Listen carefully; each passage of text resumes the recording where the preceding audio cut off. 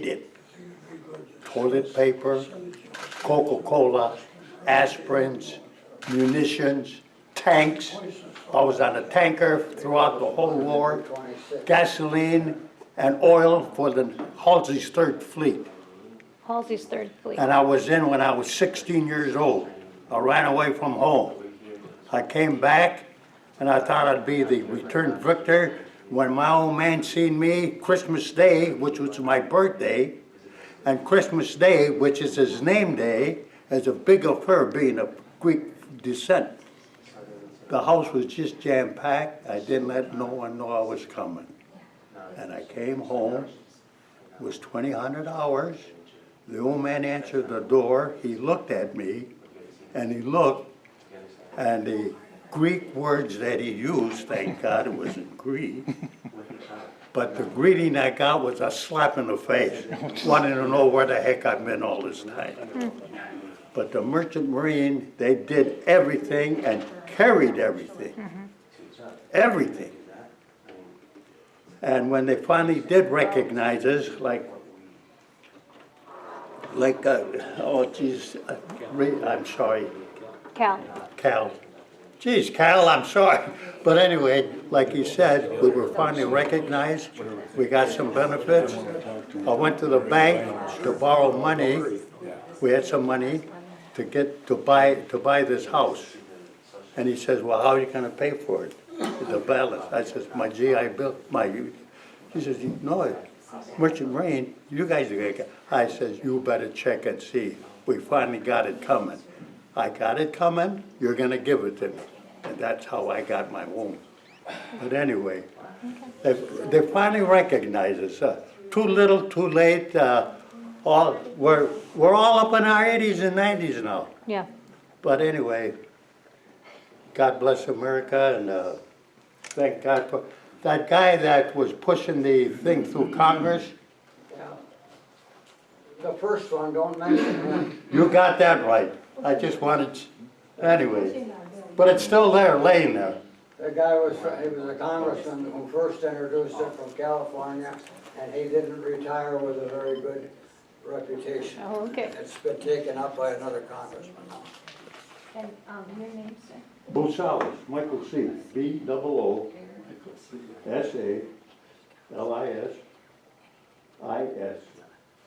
Michael C.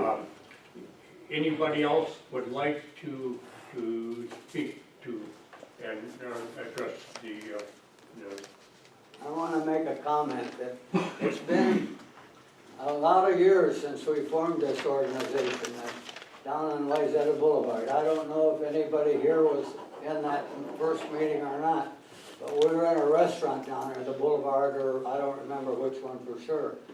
And then I feel kind of sad about this being next to the last meeting, because it's meant a lot to a lot of us older people to have this organization. And I guess that we're like any other organization. The people that participated are dying off so rapidly that there's really no way we could continue on too many more, not months or years, let's put it that way. But were you down at Lyzetta when we formed it, when we first got together? no. Well, But Perkins Pancake House then. what was it? Perkins We had Pancake House. Perkins, and we had a vice president of the chapter from down in Kansas there, and we had quite a few members. I think we got up to over 60 members at the time. So I feel kind of sad that we are breaking up, but Over 60. common sense says we can't keep going. Yeah. The only way I found out about it, I happened to go in the Capitol one day and I seen this sign sitting in there. That's how I found out this organization. We were over at the Capitol. Yeah. I was at the Capitol with the sign.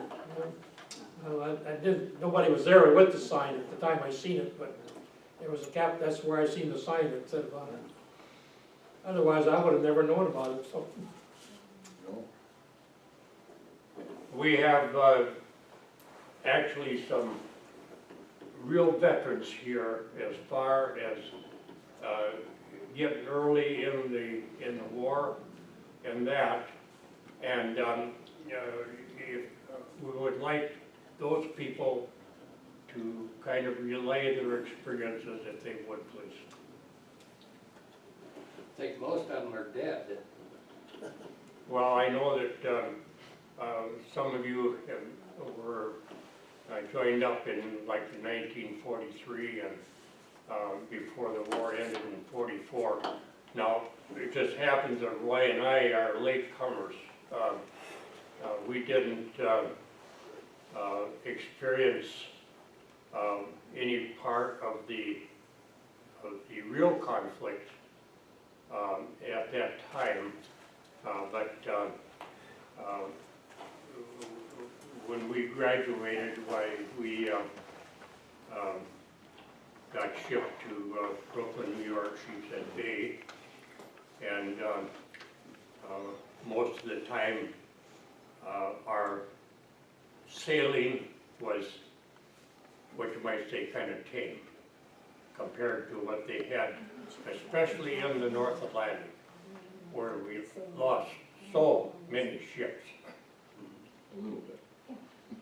Was about 950 or something like that? About 950 ships were sunk in the journey between New York and England and the Mediterranean.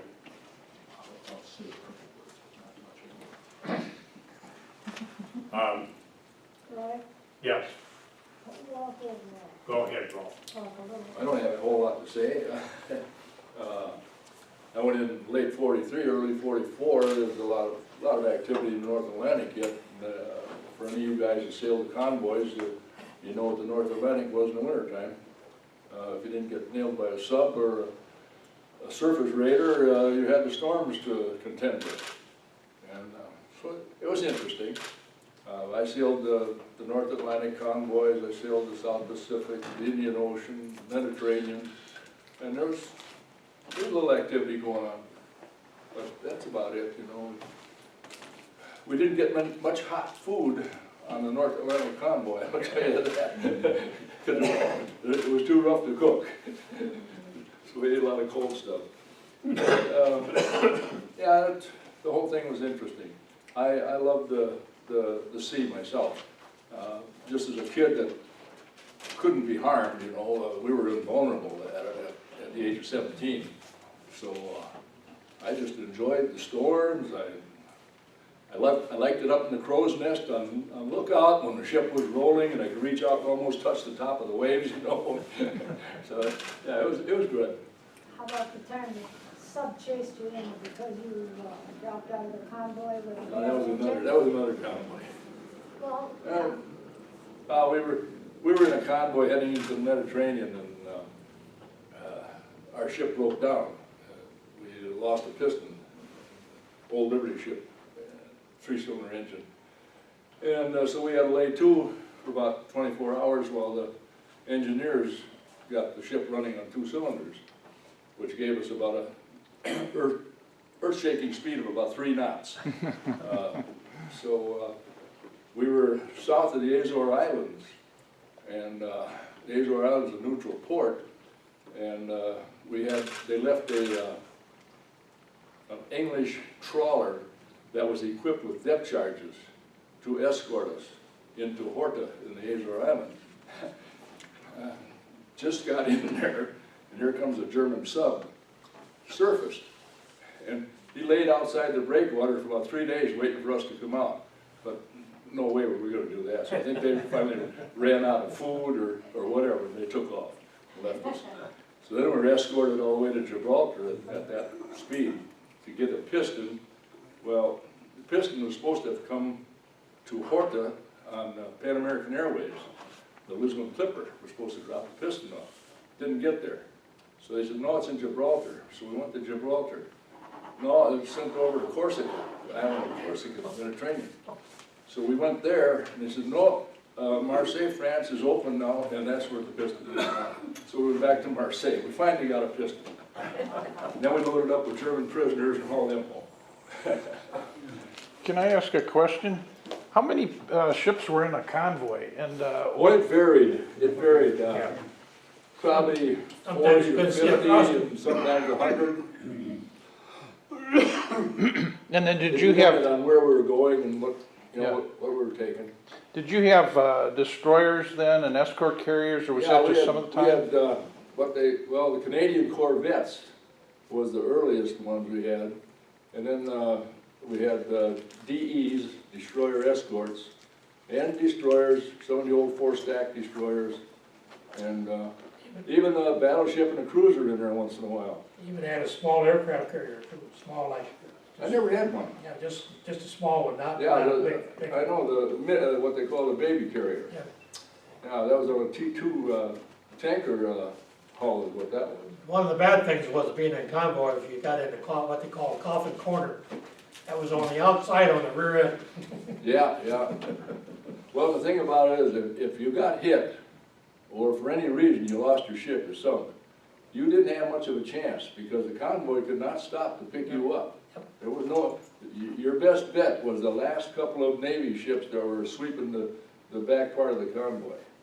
And, you only had about 5-10 minutes in the water anyhow, you'd die of hypothermia anyhow in the North Atlantic. I always wondered too, what kind of engine? Was it a steam engine on a Liberty ship or a diesel? Liberty ship or? was a steam engine, 3-cylinder steam engine, Yeah. yeah. Okay. And then later on, they had, what called turbo electrics. That was on the T2 tankers. Yeah. Yeah. I even sailed on a motor vessel. Right.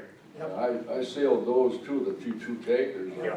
They were a nice ship compared to. My voice is so bad, but we ought to point out that more seamen lost their lives than the combined Army, Navy, and Marine Corps, percentage-wise. We lost more people. Yep. When the convoys were formed early in the war, they didn't have the protection that was required, and we lost many ships because the U-boats could do really whatever they wanted to do. We had one classmate that joined the Merchant Marine when he was between 15 and 16 years old. He lied about his age.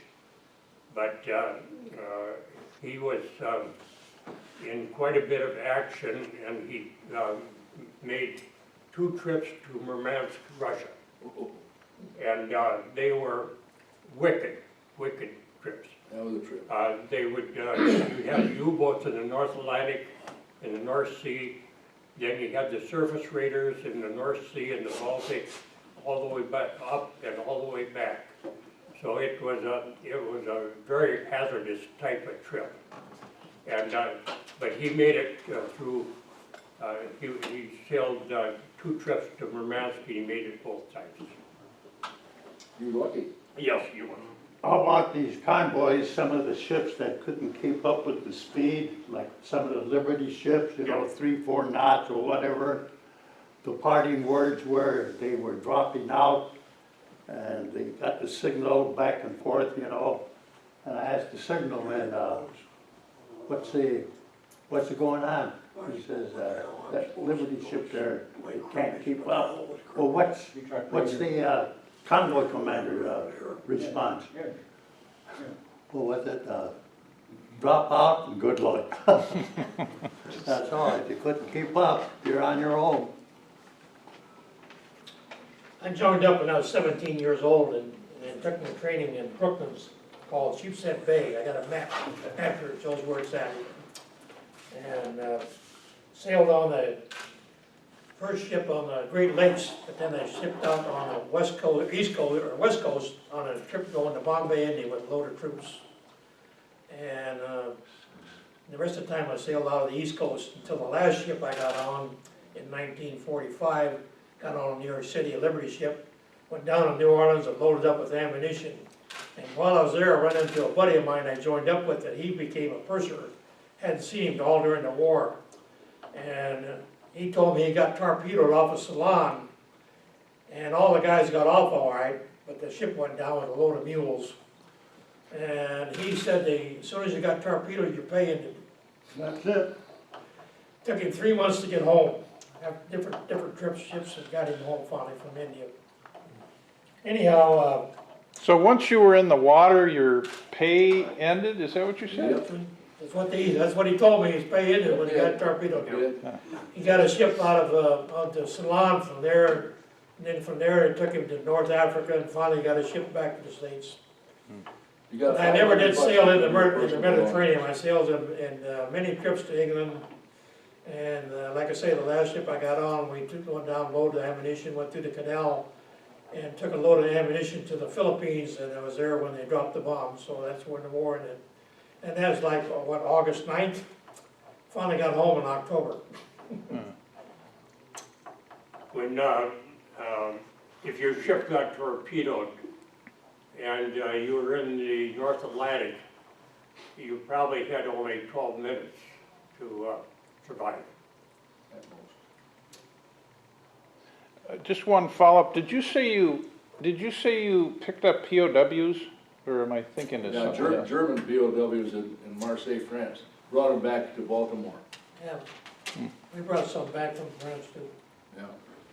Now, there was a lot of them coming back here. Yeah. And once they got here, they didn't want to go home either.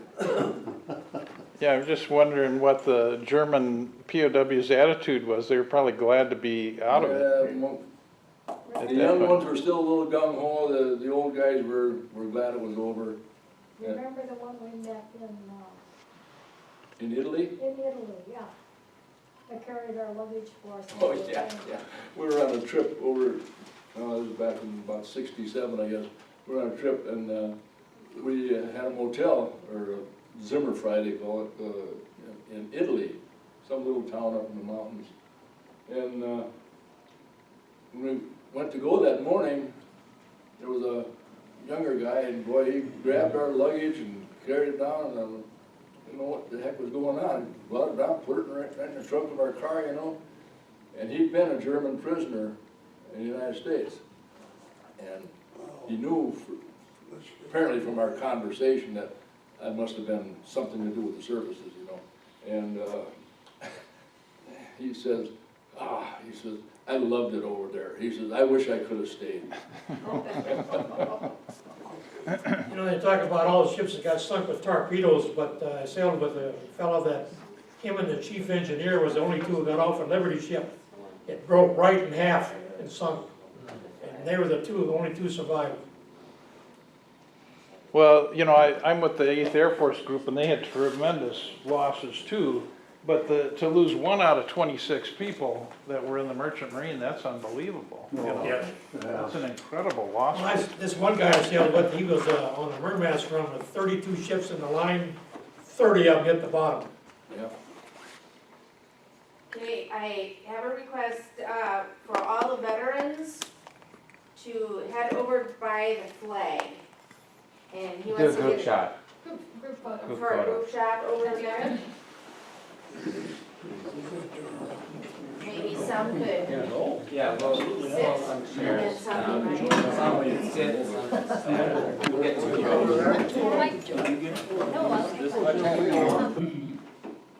After I take the picture, don't move. We want to get everybody's names in order, so we don't want to mess up the order here, so. Okay.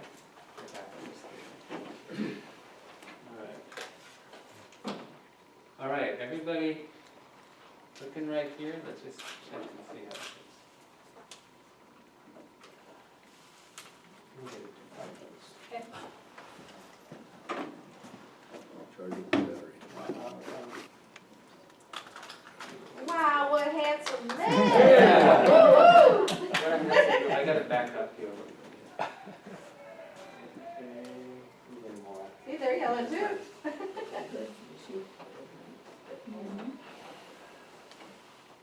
Okay, can you guys, the guys that are standing up, can you squish in a little bit? Can I get your name? Okay. Scrunch up. Especially those three on that side of the flag standing up, just, Get cozy, Cal. Cal, Mike. get in. Okay. Okay, There we go. very good. Okay, everybody looking here, Oh, we're looking. right at me. Okay, Nice. Yeah. Pleasant. Smile. Look like you just won the war. Okay, a couple more here. Great, keep looking right here, Glenn. Excellent. All right, Very nice. can you help me get the names now?